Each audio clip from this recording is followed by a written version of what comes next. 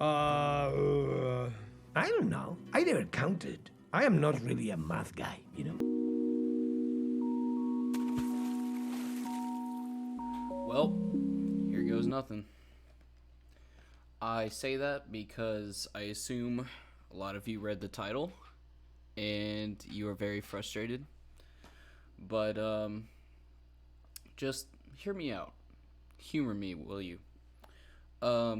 So if it wasn't obvious enough by the title, we are going to go through what exactly LeBron breaking the scoring record means. Does it make him the GOAT? Does it not make him the GOAT? What are the arguments for both sides? And we are also going to possibly talk about all of the trade deadline stuff. I have a lot to talk about on both subjects. So if it ends up being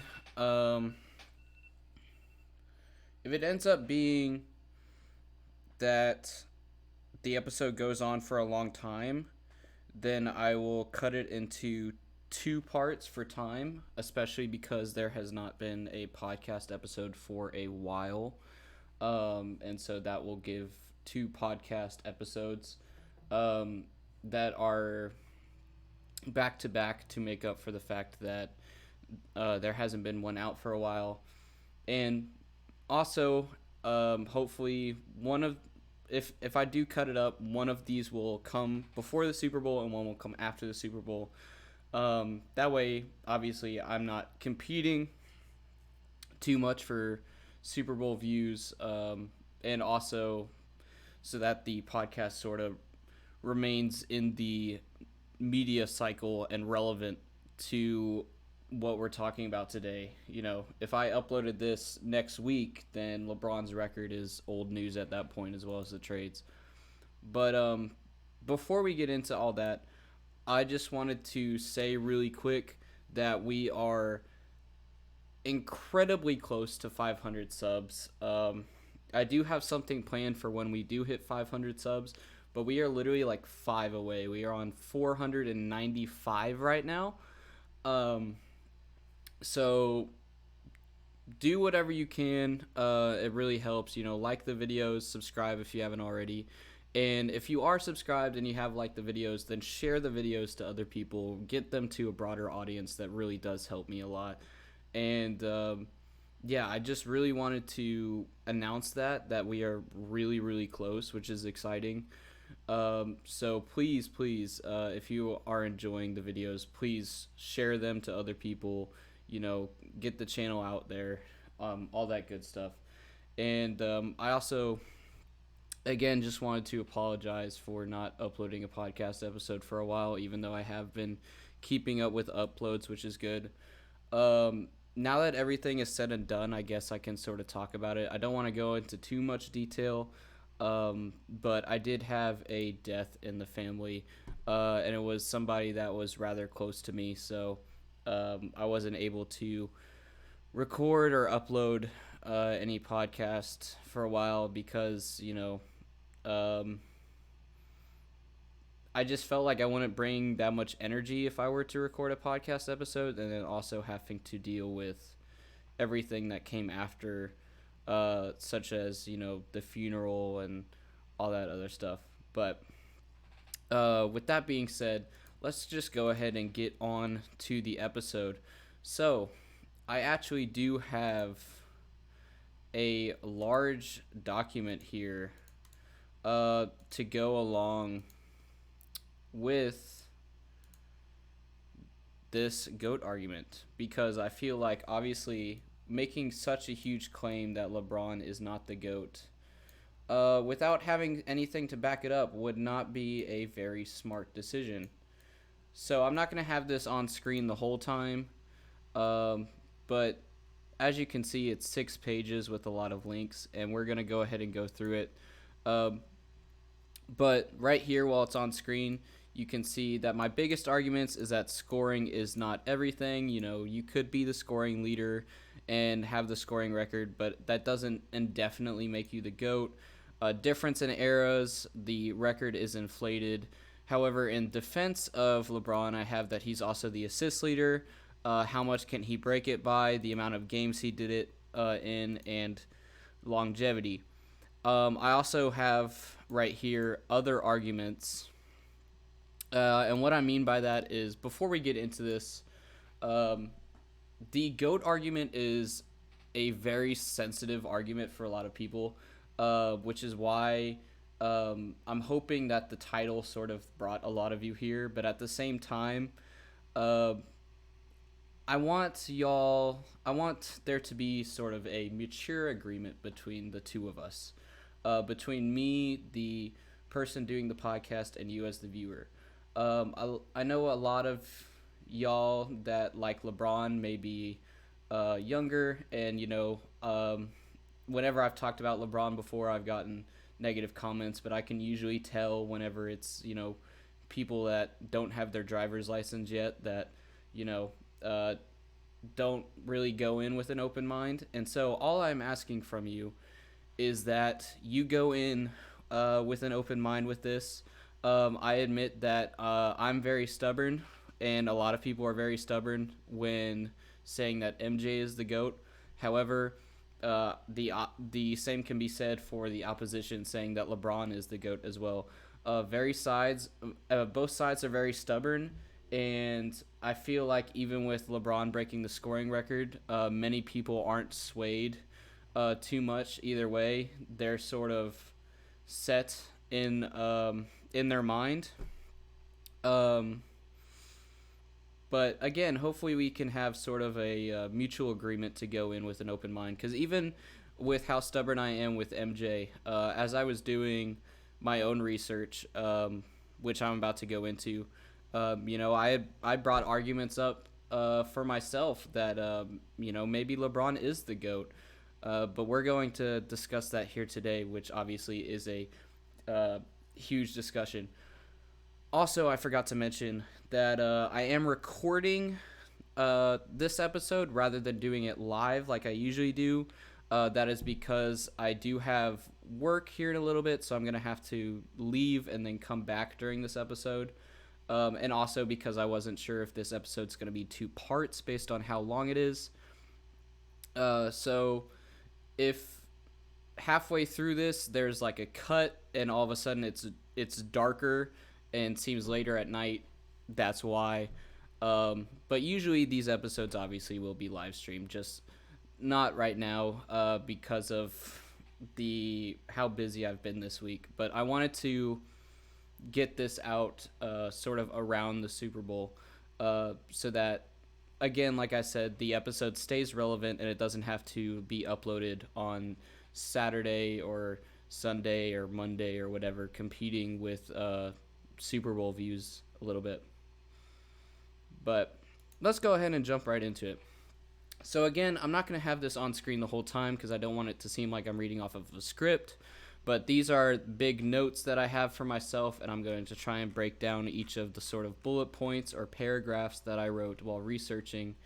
And again, hopefully, this will be thought-provoking is sort of my goal for this. I'm not trying to sway you either way, but maybe it opens up the argument a little bit more on either side. So let's go ahead and get into it. So the first thing I have here, like I said, with the biggest arguments, scoring is not everything.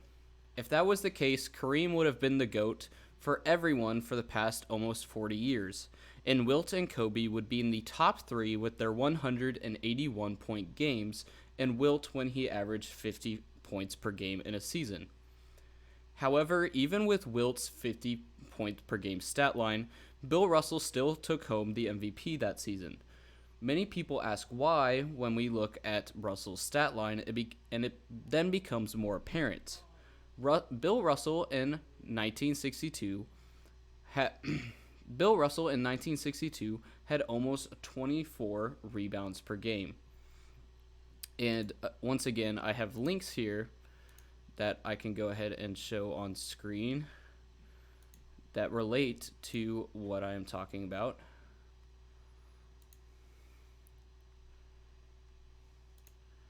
But it's kind of cut off because the window is not sized correctly. But as you can see, Bill Russell averaged 23.6 rebounds, 18.9 points, 4.5 assists in 76 games in 1961 to 1962. So let's go ahead and continue with this point. So, Bill Russell won the MVP over Wilt. Why is that important? Well, if we continue with this, in the year Kobe had his 81-point game, he was also averaging a significantly high number of over 35 points per game. But Steve Nash won the MVP that year with just barely over half of those points per game. This is because Steve Nash was averaging a double-double with his assist for the second year in a row, and after the MVP would go on to do it for a third year in a row. Even in more current years, this trend has continued. In 2019 to 2020, James Harden averaged over 34 points per game, while Giannis won the MVP with under 30 points per game. So once again, I will open up these links so that y'all can see it for yourself. And y'all can see exactly what I'm talking about.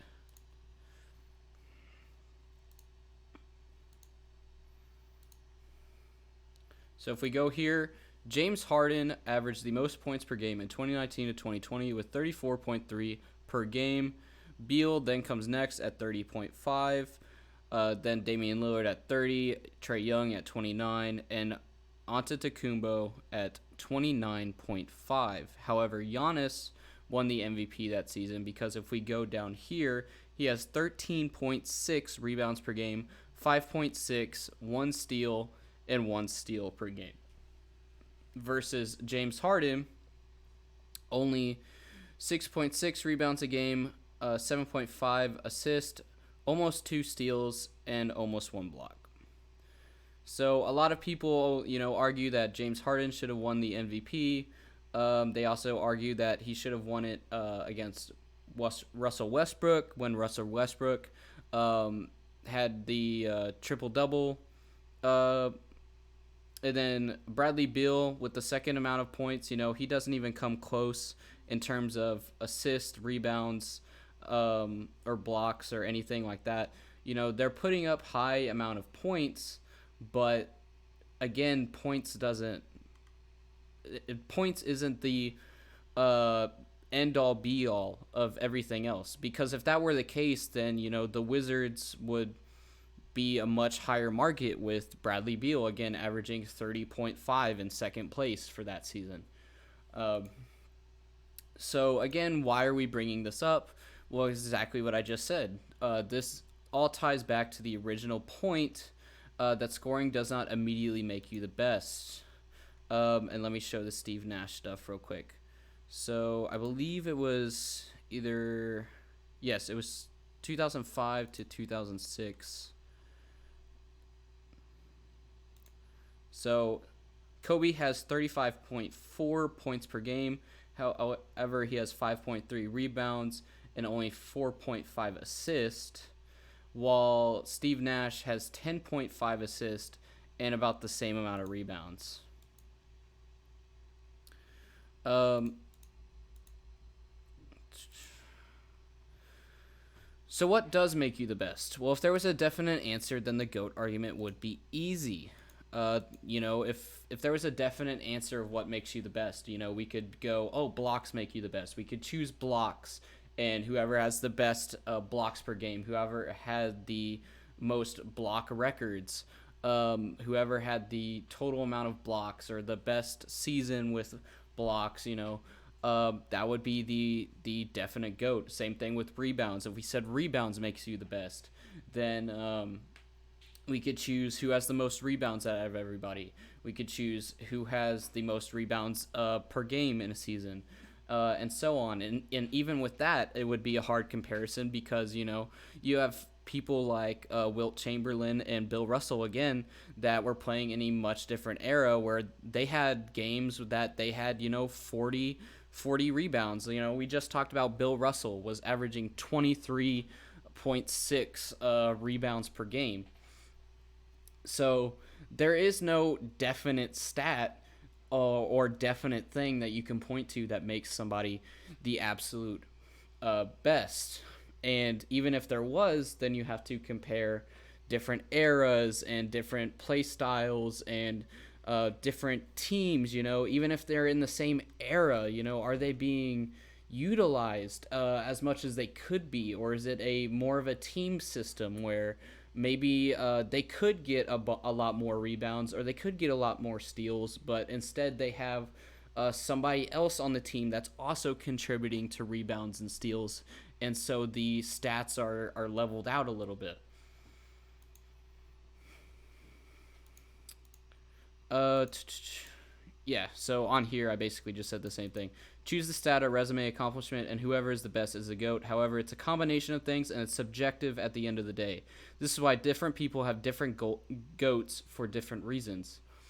I also said on here that this is why Clayton Crowley has such an amazing playlist on his channel. I'm sure most of you have seen it already because of the amount of views it has, but go check it out. I'll leave it in the description. And he has an entire playlist debating the GOAT argument with not just LeBron and MJ, but other players as well, such as Kareem, and then players that are not exactly the GOAT in my mind and in many people's minds, but are in top 10 for sure, and sort of dark horses for the GOAT argument, such as Tim Duncan, Magic Johnson, Bill Russell, Wilt Chamberlain, and so on. I think Kobe's in that playlist. I'm not sure. But I'm like 80% sure that Kobe's also in there, just because it's Kobe. But in the grand scheme of the GOAT argument, once again, everybody has a case for being the GOAT, which is exactly what he made the playlist on. Is like, what is the case for each player? So definitely go check that out. But if we look at the resumes solely on their own, which I'll bring up here,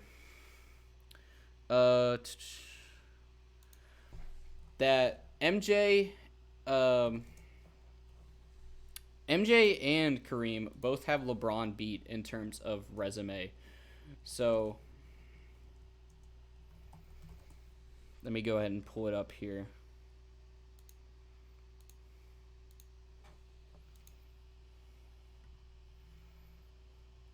So as you can see, even with MJ playing less years, Jordan has, obviously there's the whole ring debate. Jordan has 6 rings while LeBron only has 4. The LeBron has played in more playoffs, but that means that he's lost more in the playoffs. LeBron does have more All-Star games, but he also played 5 less. Jordan also played 5 less seasons than LeBron, and without question, if Jordan would have played 20 seasons like LeBron, then he would have also had 19 All-Star games. So I don't really count the All-Star games between LeBron and Jordan, but again, you could say LeBron has more All-Star appearances because he didn't decide to retire 2 times like Jordan did. But if we go to the rest of the awards, Jordan has 5 MVPs while LeBron has 4. Jordan has 6 Finals MVPs while LeBron only has 4 because, again, the 6 versus 4 rings. NBA All NBA First Team. LeBron has more for All NBA, but again, LeBron has played more seasons. All defensive, however, Jordan is better than LeBron at both. Jordan also won a Defensive Player of the Year. Jordan, if we want to talk about the basis of why we're having this argument, the scoring record, Michael Jordan won scoring leader 10 times, while LeBron only won it once. However, LeBron also won assist leader, while Jordan did not. Jordan had 3 steals leader, which again goes into the defense that we'll talk about later. And then both of them have only 1 Rookie of the Year because, they were the most hyped up player, and you can only win Rookie of the Year once. So, and then if we go to Kareem, same sort of thing. They both played for an even amount of seasons so far. Kareem, however, has 6 rings while LeBron has 4. Kareem played in more playoffs. Kareem ties him for All-Star appearances. Kareem has more season MVPs. However, LeBron has more Finals MVPs because Kareem played with Magic. LeBron has more All NBA appearances, but Kareem has more All Defensive Team selections. Kareem has 2 scoring leaders compared to LeBron's 1. Kareem has 1 rebound leader. LeBron has the assist leader again. Kareem has 4 blocks leader. And then once again, because you can only win Rookie of the Year 1 time, Kareem and LeBron are both tied with 1 Rookie of the Year. So, if we go back to what I have here, if we look at the resumes of both Kareem and MJ, they have LeBron beat. The only thing LeBron is beating them at is all NBA selections, but LeBron has more Braun also has more All-Stars than MJ, but you can tie this to the fact MJ has played less seasons than LeBron. That's what I said a minute ago. Both MJ and LeBron have technically both have all. I structured this sentence bad whenever I wrote it. Both MJ and LeBron technically have all-star appearances for all but 1 season they played. Meaning that if you take MJ played 15 seasons, he has 14 all-star appearances. LeBron so far has played 20 seasons, he has 19 all-star appearances. So if you take their seasons, I'll put it in algebra terms, even though probably most of y'all don't like algebra, even though basketball is all math. If X is the amount of seasons a player has played, both LeBron and MJ have X minus 1 All-Stars, if that makes sense. MJ and Kareem beat LeBron in every other category. All defensive team, rebound leader, block leader, steals leader, championships, and so on. Kareem and MJ were just as efficient on the defensive end as they were on the offensive end. MJ also had a much bigger difference in athleticism, with all of his shots being a mixture of both basketball and acrobatics. So what do I mean by this? Well, if I look up, MJ highlights real quick, which for audio listeners, y'all are going to have to bear with me here.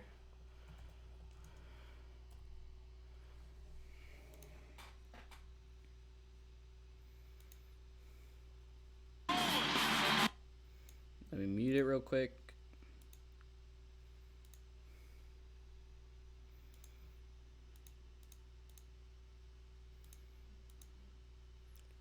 So look at the type of shots that Jordan is taking. He's got these famous passes. He's got these famous, underhand shots. He has the cradle shot from UNC. He's able to jump from the free throw line, all this sort of stuff.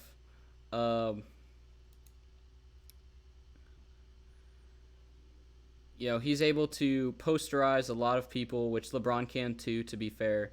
But he's got these crazy sort of juke outs from defenders where he can go over, under, around defenders, all that sort of stuff, where he's just able to move his body and move his arms around anybody to make the shots that he needs to make.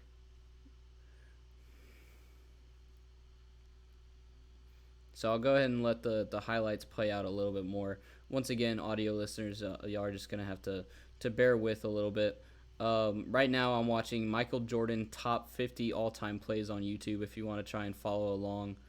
But again, it's just, if you look up, if you watch The Last Dance or if you look up his highlights, the way he's sort of able, like I said, to go under, around, over all of his defenders shows his athleticism, because he sort of has an understanding of his body and understanding of acrobatics, which he's able to combine together to make these really crazy shots. So in what I have written down here, I basically just repeated myself. I said, to be a great basketball player, Jordan understood his body and was able to use things like acrobatics in combination with basketball ability to make insane shots and highlight clips of his underhanded layups, fake outs, and even dunk from the free throw line. To my next point, where I said one of the biggest arguments is the difference in eras. Obviously, they played in different eras. In the last video where I talked about, could Michael Jordan have broken Kareem's record if Michael Jordan played for the 4 seasons that he was retired? I even mentioned this at the very end, saying it's one of the hardest things to do to compare eras, which is one reason that the GOAT argument is as difficult as it is. And I will always stand by this. Even NBA analysts, they argue the GOAT argument because they say, who would have been more dominant in the other person's era? Would MJ dominate in LeBron's era? Would LeBron dominate in MJ's era? How would Kareem do in either of the two eras? And it just ends up being apples to oranges at the end of the day. However, I will say that MJ had very difficult opponents and obviously played in a more physical era with hand checking and other more aggressive defensive fouls, and had opponents such as Reggie Miller, Shaq, Isaiah Thomas, Karl Malone, Magic Johnson, Larry Bird, AI, Dominique Wilkins, and so on. However, that is the end of the difference in era debate, and I will leave it at that because, again, the difference in era debate is a entire rabbit hole that people can go on for hours with. Now, this is the part where I know a lot of people are going to be very annoyed with me, and, this is where the anger starts to come in because this is the very controversial part of my argument. And I already know that it's going to get a lot of pushback, but the words I put on this sort of bullet point notepad that I wrote up in Google Docs is the sentence, "The scoring record is inflated and not adjusted." So again, a lot of you are going to, pick up your swords, pick up your shields, all that against this, but let me sort of explain what my thought process is on this. The past 2 seasons for the Lakers have solely been built around this record. And Lakers fans and LeBron fans will deny this as much as they can, but for several years, for the past few years, the Lakers have been at the bottom of the conference, and the Lakers' news cycle has been filled with mainly just 2 things. And that is Russell Westbrook's performances and LeBron inching up on the record. I explained briefly my take on this while I was live reacting to the record, which I'll cut in some clips of throughout this episode. But when LeBron is on the floor, the ball is always passed to LeBron in an attempt to boost his points and boost his numbers with this record. And this is what is causing the Lakers right now to lose so many games because it has only been about LeBron getting the record for the past 2 seasons and nothing else. They are not playing to win. They were playing to simply get LeBron as many points as possible. And every single time that LeBron passed a milestone in regards to the scoring record, he ended up losing the game. So when he passed MJ in points, he lost to the Nuggets. When he passed Kobe in points, he lost to the 76ers. When he became the scoring leader with playoff points over Karl Malone, he lost to the Warriors. When he got the ultimate triple-double of 10K, 10K, 10K, he lost to the Suns. When he passed Karl Malone in regular season, he lost to the Wizards. And, of course, the other night when he passed Kareem, he lost to the Oklahoma City Thunder. The Lakers simply were not playing as a team and were not focused on their own team score, but rather LeBron's score. If we go into the plus minus of each time he made these milestones as well and the games surrounding, this can only be further proven. In the 4 games before March 19th, 2022, when he passed Karl Malone, he went -16, -19, -21, and -5. On the game he passed MJ on March 6th, 2019, he was -8. In the 3 games before that, he was also -4, -1, and -11. In the game that he passed Kobe for points on January 25th, 2020, he was -22.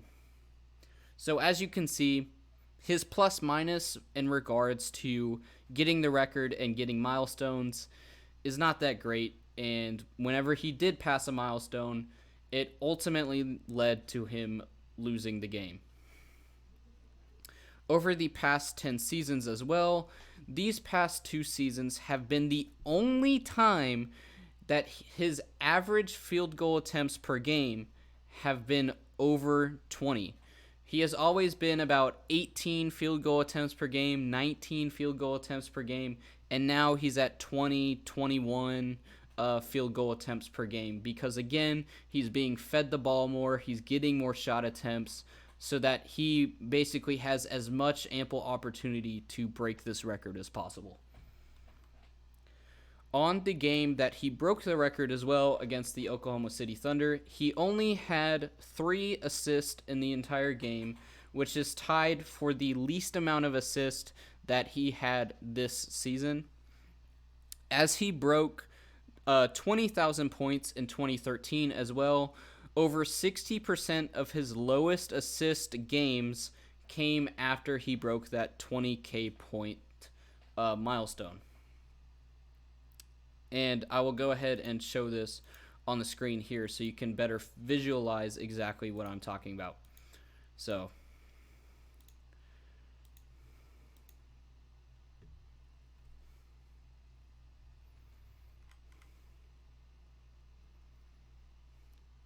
which one was I looking for again?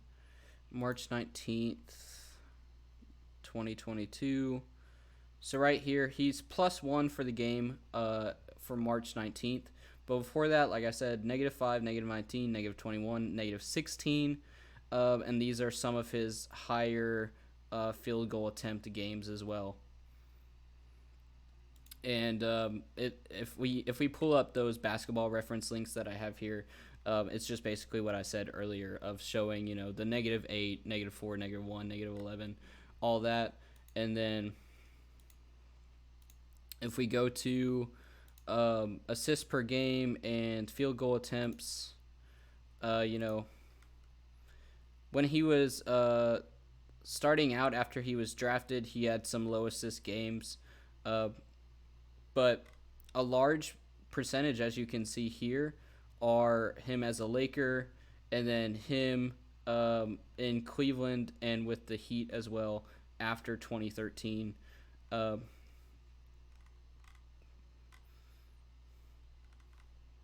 And then if we go to his field goal attempts, like I said, in the past 10 seasons, he's 17 field goal attempts with the Heat, 18 field goal attempts with Cleveland, 18 with Cleveland again, 18 with Cleveland again, 19 with Cleveland.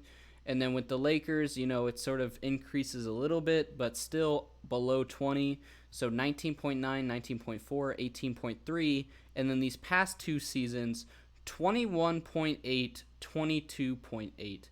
Even if we take his highest season of 19.9 a couple years ago, he's taking on average 2 more field goal attempts per game.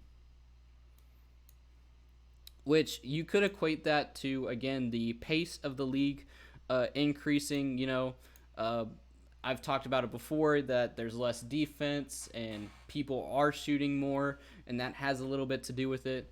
But we'll get into that a little bit later when we talk about in defense of LeBron. So, to summarize, like I said, again, when LeBron was not on the floor, the Lakers played much more like a unit and were able to play make and score more elegantly. This isn't even to mention the amount of attention it brought to the league as a whole. As LeBron got closer to the scoring record, all eyes were on him, like I said. The Lakers' media coverage was mainly about Russell Westbrook and LeBron's record. The NBA was racking in fat stacks of cash the closer he got to the record, and the NBA made it their biggest story in the media cycle, constantly trying to keep it relevant and having an official scoring tracker on the NBA.com website. On the night that the record was broken, tickets sold for almost $200,000. Now again, those are the courtside seats, but a ticket to see LeBron break the record was almost, if not more, the cost of a house. Like full mortgage, like paid off house. $200,000. And this is not to mention the amount of money that the Lakers and NBA also on that night and surrounding the game get on sales made from jerseys, made from convenience store sales, beer, all that sort of stuff. And, jersey sales after the record, with this whole GOAT argument, once again, being a huge debate of people wanting to get their LeBron jersey, just like back in the day, people wanted to get MJ jerseys as much as they could and everything. So my point, essentially, and again, a lot of people are going to argue it, but with everything that I've already established, LeBron was essentially served these are the words I wrote down, and again, I sort of stand by it with what I said, with everything I've summarized so far. My point is that LeBron was essentially served the record on a silver platter as the record came closer. The stat was chased by the entire NBA due to publicity and inflated to sell as many tickets as possible for his record game. So if we go to the links I have here, just summarizes a lot of what I already said, breaks it down a little bit. Here from PBS, it says on Monday, quote, on Monday, those seats for Tuesday's game against the Oklahoma City Thunder could have been for $75,000 each. Total price for the 2 seats with Ticketmaster was upwards of $181,500.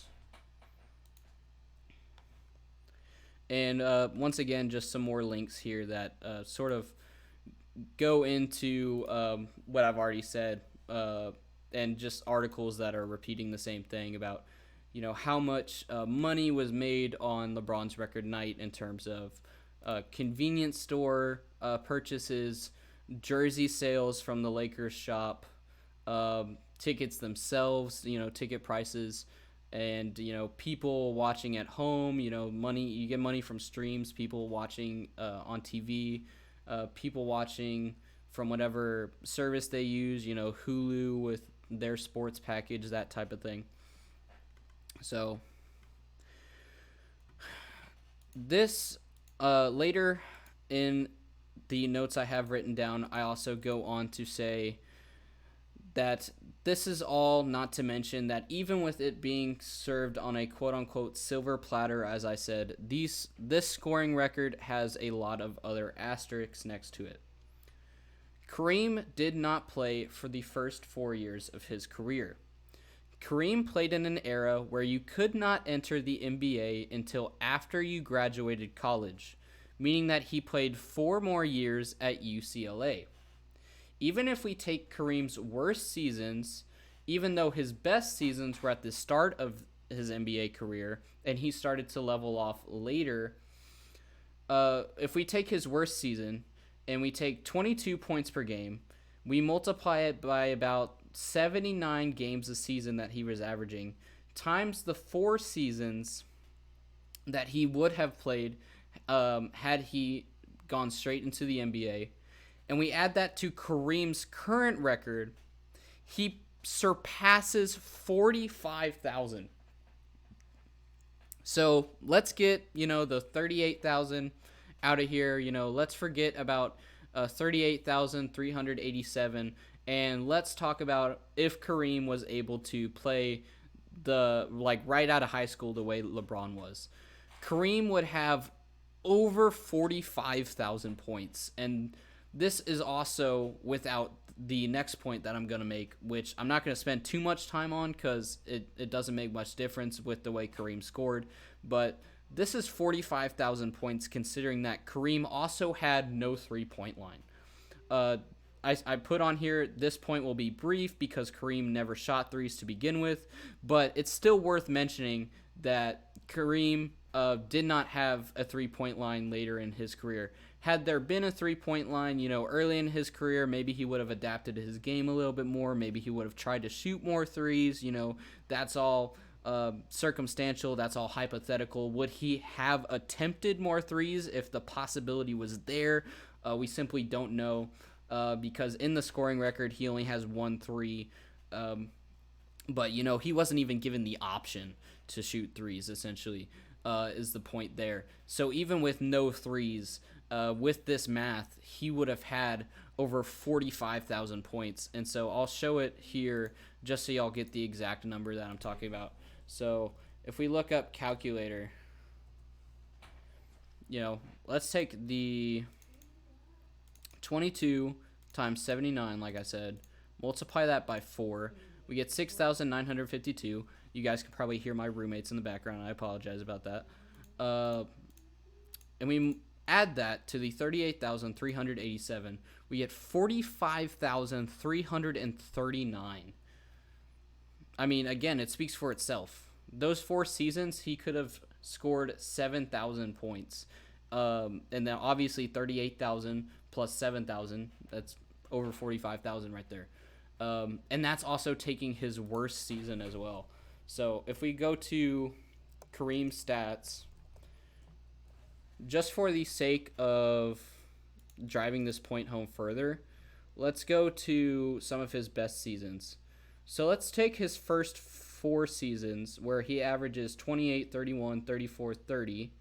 So if we take 28 plus 30 plus 31 plus 34, and again, this isn't even the decimals. I could round up 28 to 29. I could round 31.7 to 32. I could round 34.8 to 35, but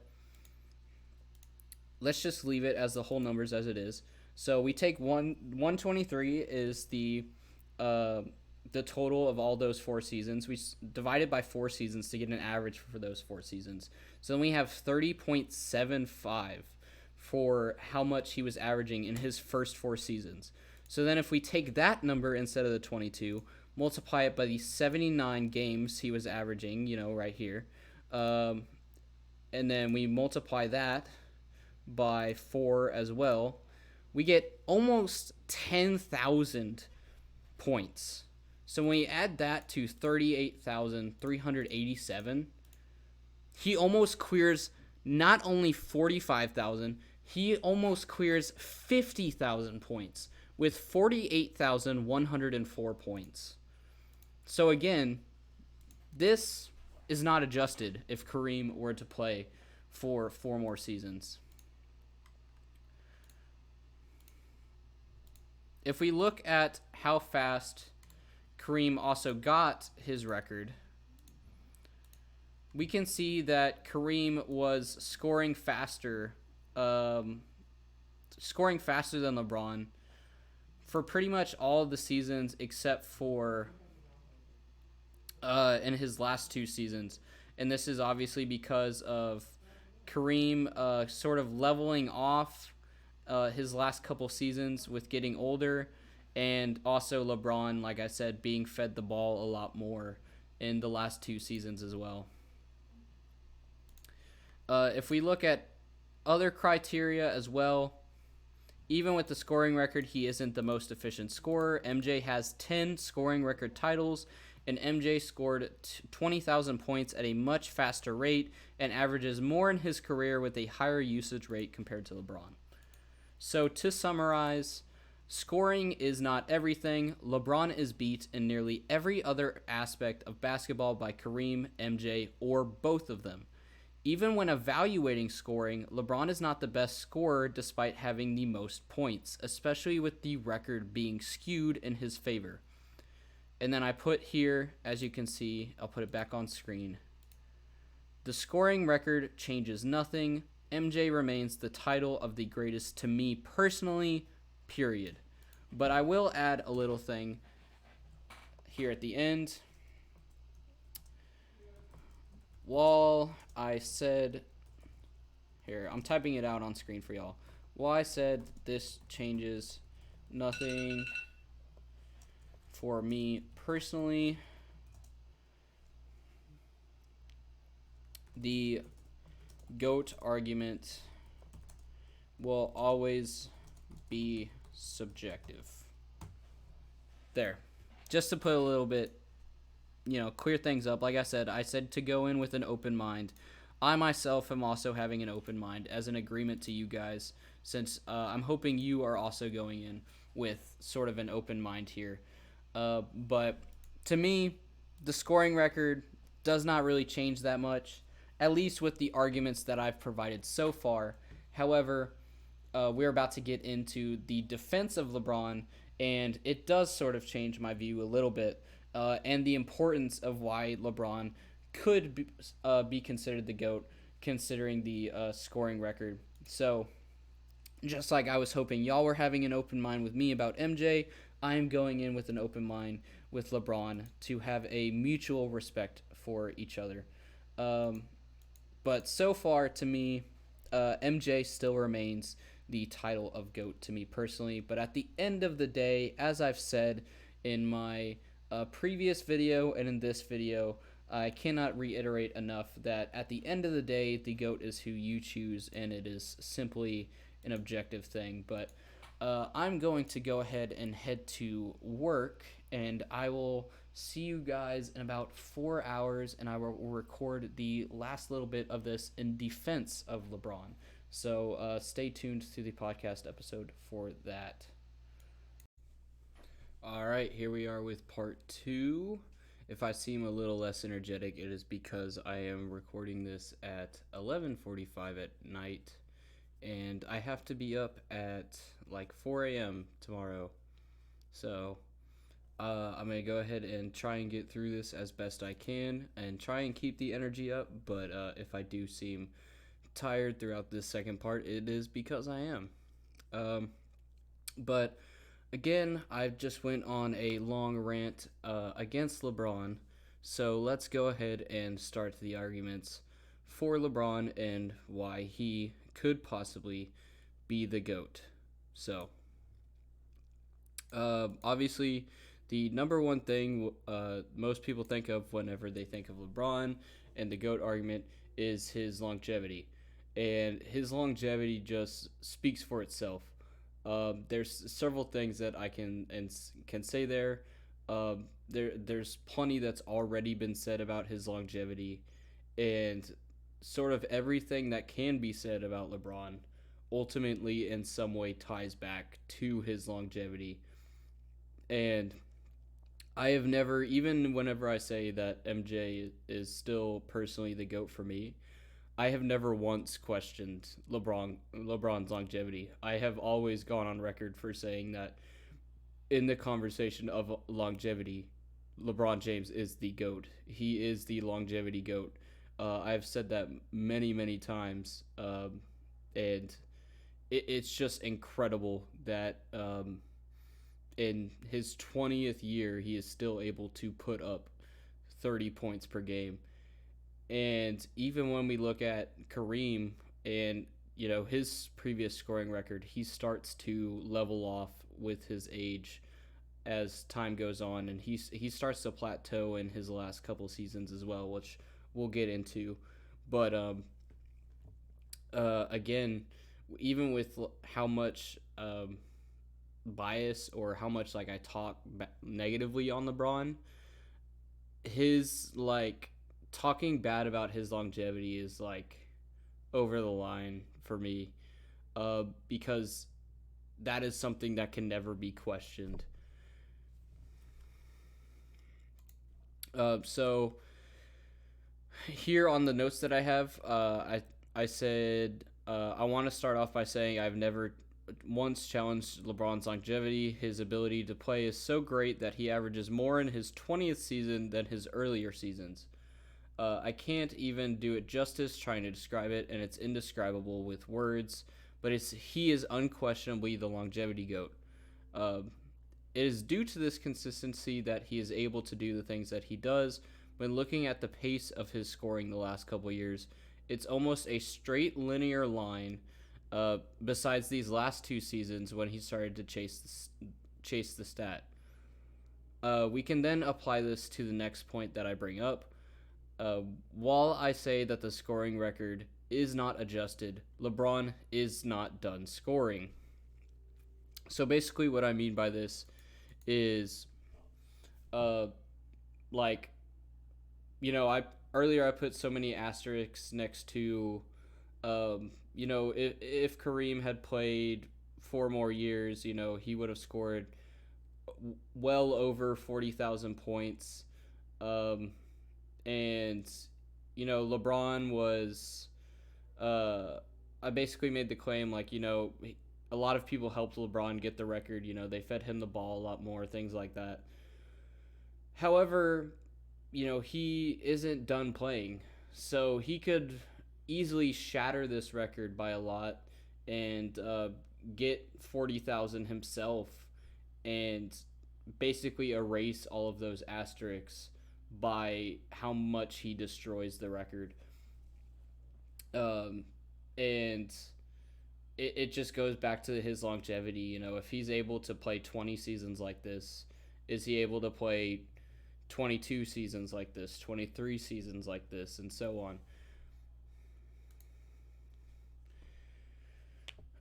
So in the notes I have, I basically break that down a little bit more, and I say even after breaking the 38,387, he continued that night to score another 3 to have 38,390, and this season is still going.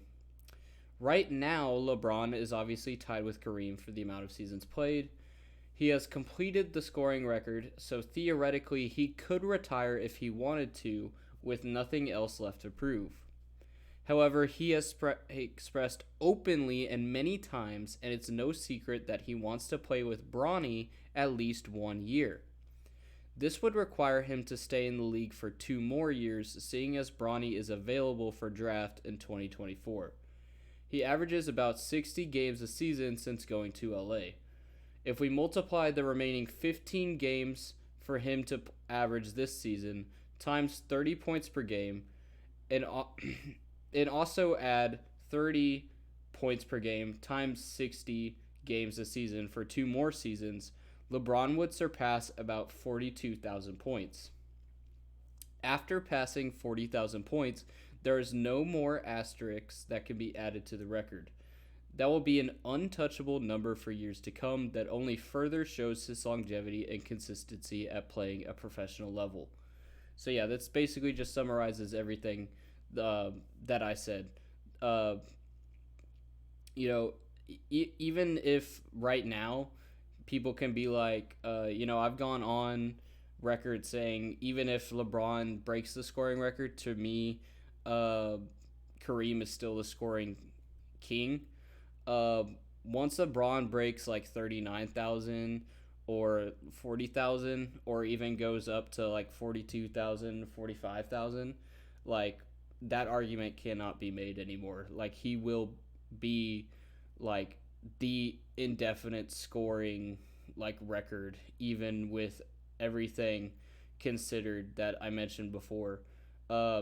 Basically the arguments that I made before of like different eras, no 3-point line, and like all the years that Kareem did not play and played at UCLA, like, it's null and void. it would not matter based on the fact that he is still playing and he could continue playing for who knows how long and just completely like destroy this record.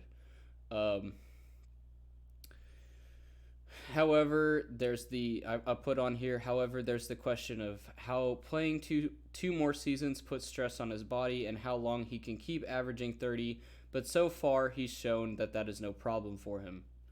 While we say that there are asterisks next to his scoring record and how much it truly means, the argument can be swayed simply by saying, quote, he isn't over yet, uh, like I just said. Um, and if we go to the link that I have here, it's got several charts that sort of have to do with this. So again, we brought up like the 3-pointer versus 2-pointer. And then obviously this era had, let me get rid of that so y'all don't see my email. The LeBron James era, obviously way more 3-pointers. Kareem didn't even have a 3-pointer till halfway through his career. And then it shows it later through here.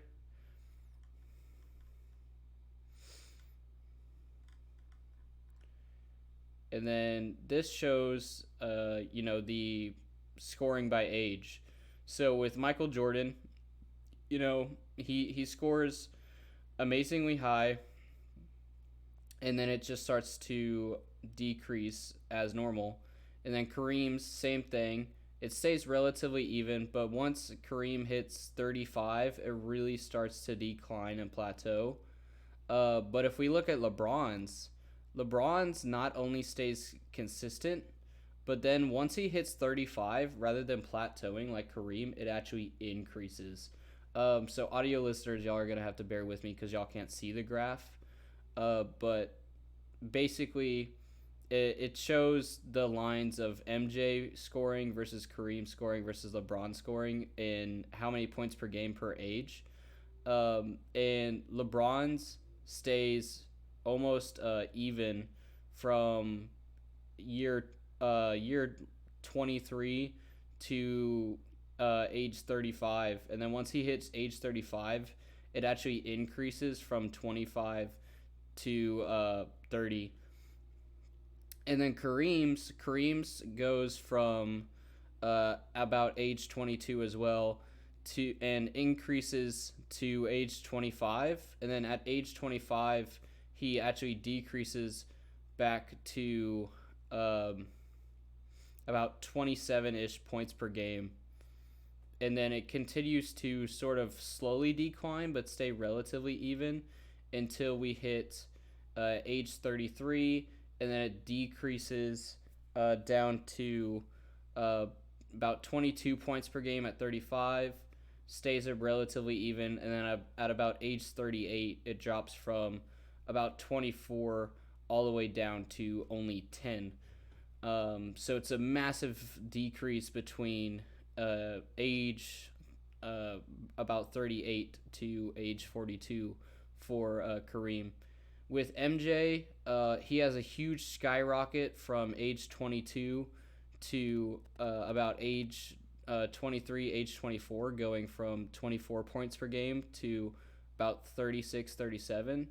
And then it relatively stays even, but decreases about, I would say, 4 points every like 3 years or so. And then when MJ hits about 33 years old, it slowly decreases each year, about 1 or 2 points each year, from about 30 points to 20 points from age 31 to 38, 39. And then this is just basically the same sort of graph, and then yeah.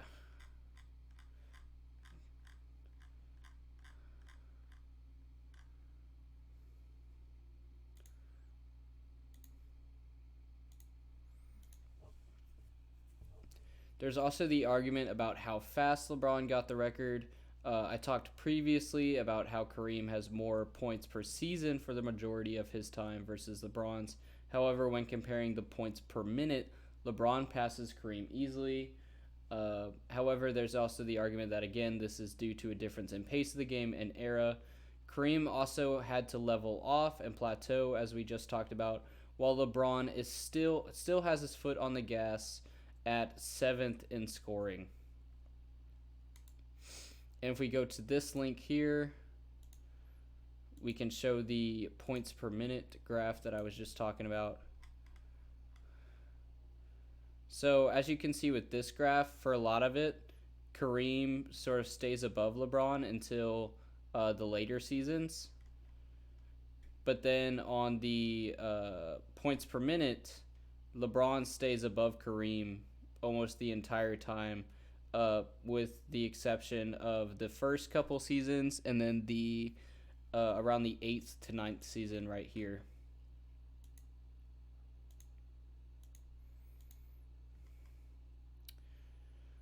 Also, even with the argument that scoring isn't the most important and resume is, when evaluating stats, LeBron has MJ beat at everything besides steals per game and points per game.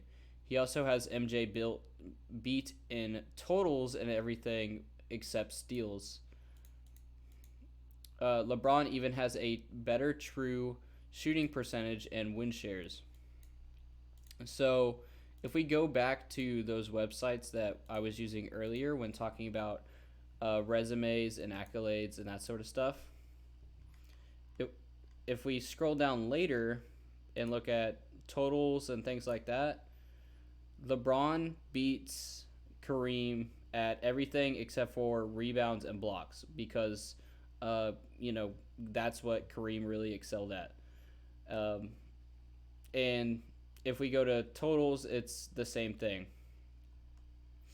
If we go to MJ, points per game, Michael Jordan is better. However, total points, obviously, LeBron is better. Rebounds per game, LeBron is better. Assists per game, LeBron is better.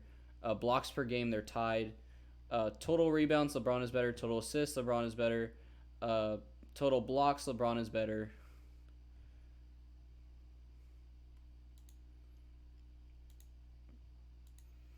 So whenever comparing head-to-head stats, LeBron clears in pretty much every category except for blocks and steals on top of both of them. And then I'm not going to spend too much time on this website, but if I scroll through here, you can see sort of the same thing I was talking about, the per game stats, and then these stats, and then the advanced stats, player efficiency rating. Jordan is higher just by a little bit, and Jordan has a plus minus just a little bit higher, but LeBron has a way higher win shares, way higher true shooting percentage. And then here's the playoff stats, and then playoff advanced stats, and so on.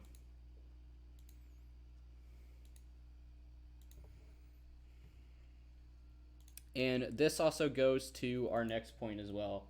Even if the scoring, LeBron passes in almost every stat. So let's focus on specifically one stat.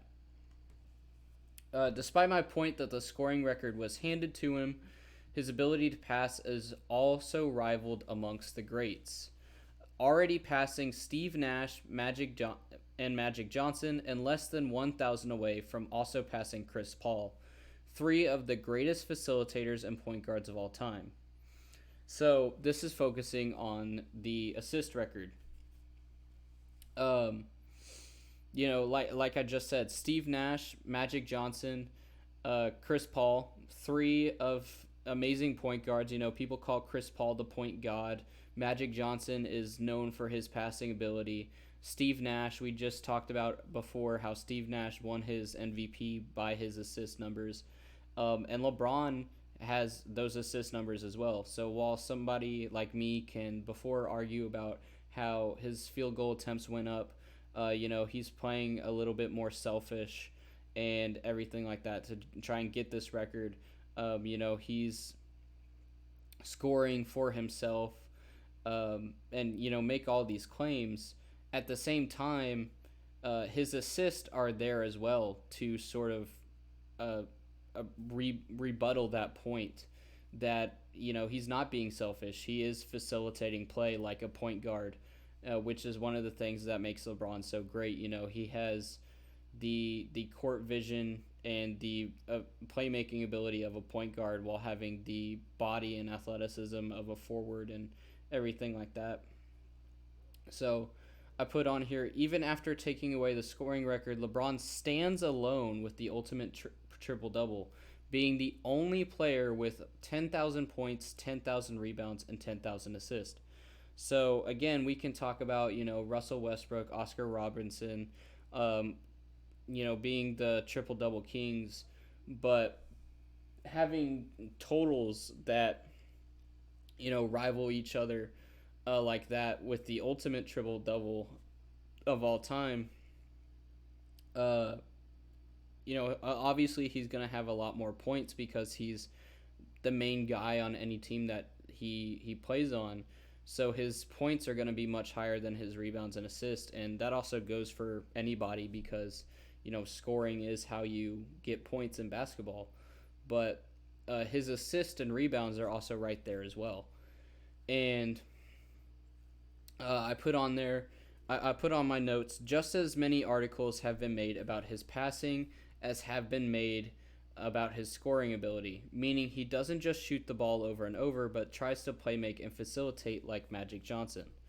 And I won't break down fully his ability to assist and pass, but as you can see, these articles and many more have praised him for this.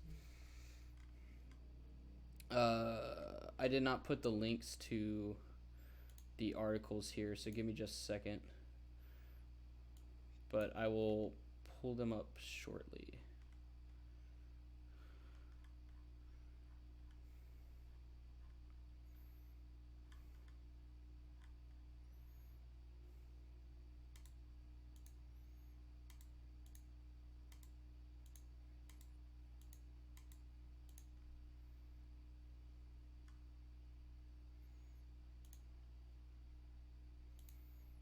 So yeah, if we go here, LeBron James is a genius passer and it's solving every Lakers problem by SB Nation. They talk about his passing ability and his ability to play make, as you can see. Basketball Network article titled "More Points Than Mike, More Assists Than Magic, More Steals Than Iverson," dissecting LeBron's statistical dominance. So again, pretty much everything that a player is great at, LeBron is somehow better than that player in each category. So people say nobody scored like Mike, he has more points than Mike. Nobody passes like Magic, he has more assists than Magic. Nobody can get steals like Iverson, he has more steals than Iverson, and so on.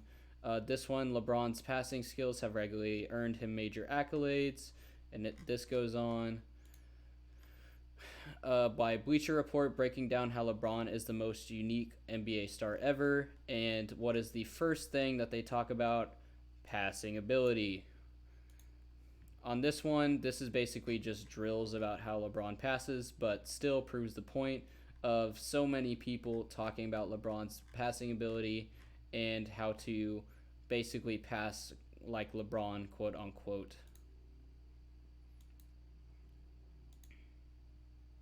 So, again, all of these articles and many, many more talking about LeBron's passing ability, just like his scoring ability.